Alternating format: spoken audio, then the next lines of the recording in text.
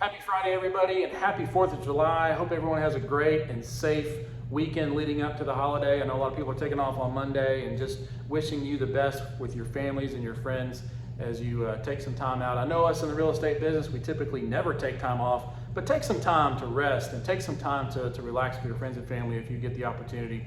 So what has happened this past week? If you were paying any attention to the bond market or the mortgage market yesterday, you know yesterday was a really bad day. I mean, rates shot up. For sure, the bond market was in carnage yesterday. It was just a really bad day. But why was that happening? Well, first off, let me just remind you that we've said this in videos in past weeks, that we're going to see a lot of volatility. We're going to see a lot of knee-jerk reaction to headlines, and they're not going to give it a lot of time to digest, and the digestion will happen in days after. So in other words, when you see a headline that comes out and the market, either the stock market or the bond market, they react wildly, and then it sort of settles back to the range that we're in. I still feel like we're going to stay in the same trading range. Today, rates are a little bit better, not certainly making up for the losses of yesterday, but we're in that direction, and I see some of the technical analysis that we're seeing on the charts.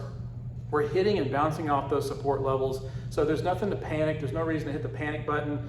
Rates are slightly higher today than they were last week, but even the posted rates that I'm texting you now, they are going to be a little bit better this afternoon, later on this evening, and tomorrow, or tomorrow, Saturday, but Monday and next week, we anticipate them to get back to the same range they've been. But yesterday, what happened? Well, the jobless claims came out, and they were much, much lower than they were expected to be.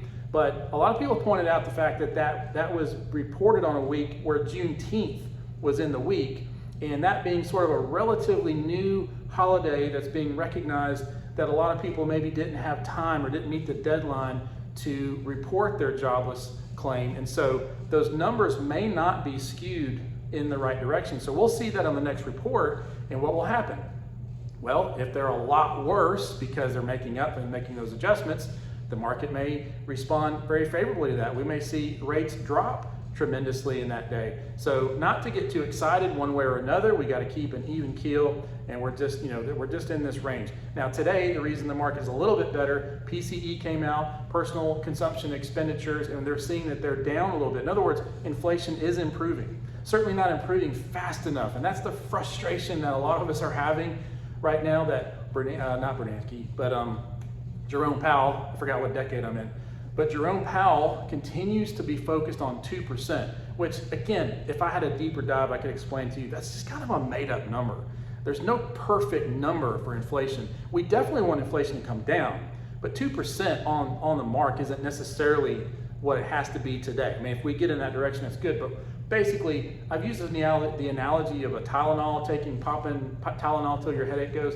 I use a different analogy. I feel like we're going to see the market overflow into a deflation situation. That's my opinion. I think what's happening here is if you had a glass and you had a 2-liter Coke and you just kept pouring that all the way to the top, what's going to happen? It's going to overflow. That foam is going to, they're not giving it time to settle.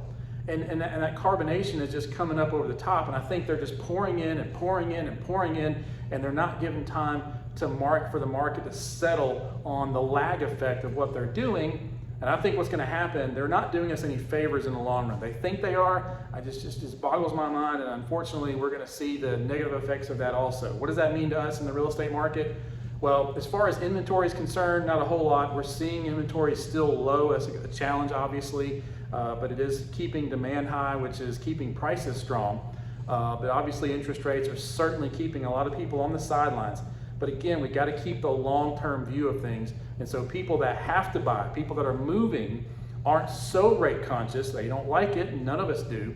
But they know that there's refinance opportunities down the road, and they are taking advantage of a home that should have continued appreciated value going down the road. So again, nothing to panic, not hitting the panic button from yesterday. Rates are a little bit up today from last week.